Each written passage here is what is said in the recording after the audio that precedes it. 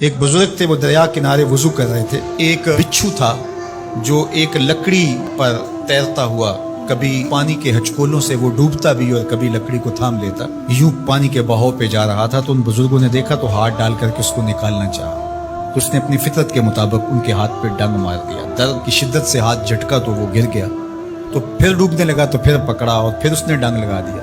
7 مرتبہ اس نے ڈنگ مارا اور آپ اس کو نکال کے 8ویں مرتبہ باہر نکالنے کی کوشش کر رہے ہیں۔ تو مرید نے کہا جو پاس بیٹھا تھا، حضرت یہ بار بار آپ کو ڈنگ مارتا ہے اور آپ اس کو نکالنے کے لیے کوشاں ہیں۔ فرمایا وہ اپنی بری فطرت سے باز نہیں آتا، میں اپنی اچھی عادت سے باز کیسے آ جاؤں؟ تو لوگوں کے ساتھ رویہ اچھا رکھے، وہ جو بھی رویہ رکھے۔ ہم کہتے ہیں کوئی اینٹ اٹھائے گا تو ہم آگے سے پتھر اٹھائیں گے، تو یہ کیا کمال ہوا؟ لوگ کہتے ہیں تم 1 قدم پیچھے ہٹو گے، میں 10 قدم پیچھے ہٹوں گا، تو یہ کیا کمال ہوا؟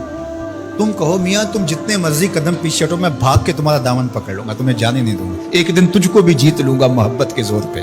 ہم کہتے ہیں کہ فلاں میرے ساتھ اچھا سلوک کرتا ہے تو میں بھی اچھا کرتا ہوں، فلاں کا سلوک میرے ساتھ اچھا نہیں ہے تو ٹھیک ہے، جس طرح وہ چلتا ہے میں بھی اسی طرح چل رہا ہوں۔ یہ تو پھر برابری ہوئی۔ اگر کوئی برائی کے ساتھ معاملت کرتا ہے تو آپ بھی اس کے ساتھ ایسے ہی کرتے ہیں، تو برائی میں برابر ہے۔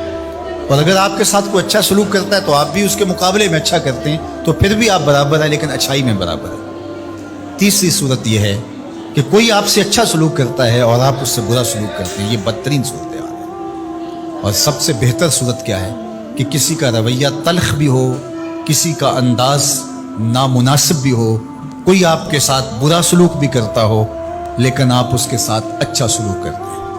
خون کا رشتہ ہے، دودھ کا رشتہ ہے، وطن کا رشتہ ہے، ہمسائیگی کا رشتہ ہے، آپ کے ساتھ اس کی تعلق داری ہے، آپ کے آبا و اجداد کی آپس کے اندر